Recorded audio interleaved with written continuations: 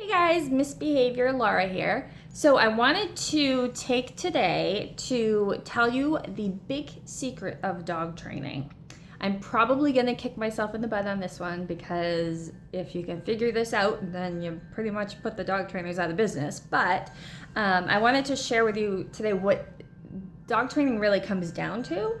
A lot of my clients, when I meet with them in person, this is one of the first things that I teach them because I'm not there with them all the time. I can't stay there. So my job is to really, again, as you've probably heard before, is not so much about training the dogs, but it is teaching the owners. So I'm more of a teacher than I am a dog trainer.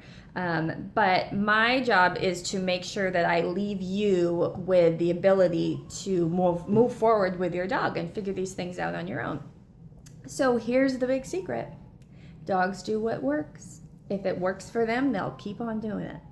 So I'm going to give you some examples. A dog who jumps. A dog jumps because, first of all, they start jumping because they're cute, they're puppies, they can get away with it, we allow it, they're not very big, and then they grow. Small dogs get away with it a lot more than the big dogs do because the big dogs grow quickly. And before you know it, they are knocking people down, they're getting you all muddy, they're a danger to kids and to the elderly. So what worked for them before in getting attention no longer works. And when I talk about dogs doing what works, if it works for them, that's a key thing. So it's not from our perspective, it's from their perspective. So to give you an example of that, dogs, a lot of times when they jump up on us, our instinct is to push them away. And that is exactly what they want. Dogs love to be pushed. They love to be touched. They love to be talked to. They love to be acknowledged. I mean, most dogs, you look at them and their butt starts moving.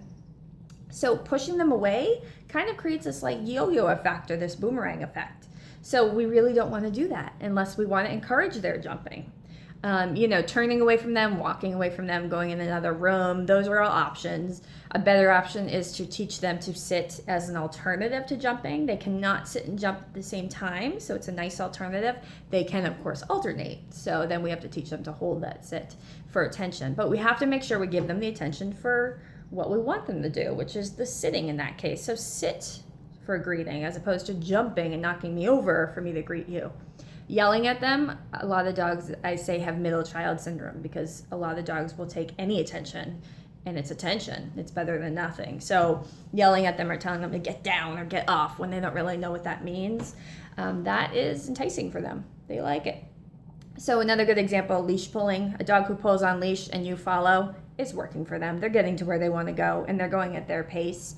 So if you get them to do an alternative behavior like hand targeting, for example, or sitting when you ask them to, or you keep their attention on you for a bit longer, so you can get from point A to point B, that's all going to work. Usually we tell you, turn around, move the other way, stop moving if they pull. Not always practical, so I like to leave people with something practical. Hand targeting is a great practical thing to do. So that's a nice alternative, I guess, because they can't pull and do hand targeting at the same time. They can't sit and pull at the same time, but you don't really get very far if they're sitting the whole time. So I like hand targeting because you can do it on the go. Dogs who bark. There's a million reasons why dogs bark, or 5 reasons, I guess. But if they bark for attention and they get attention, even if it's you yelling at them, they're going to keep barking.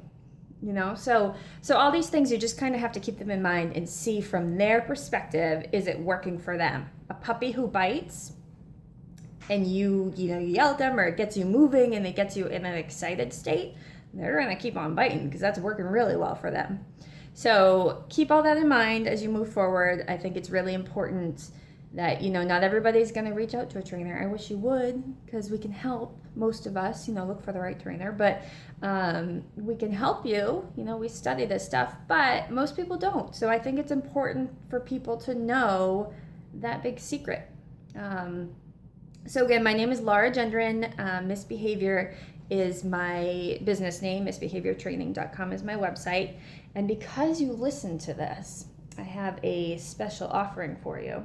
I would like you to go onto my Misbehavior Training Facebook page, which is probably where you are already. And for a limited time, I'm going to have public access. It's still going to be a secret group, but I'm going to have more public access to this group I started called Ask Misbehavior. It's going to be for both my past clients and for people who I've never worked with before to be able to ask me questions, get more in-depth live videos, hopefully, if I can get that working right, and, you know, get handouts and stuff like that. So definitely check it out if you'd be interested in that. I'm not going to go crazy posting all the time, but again, it's on, there should be a tab on my Facebook page called Ask Misbehavior. Sign up for that.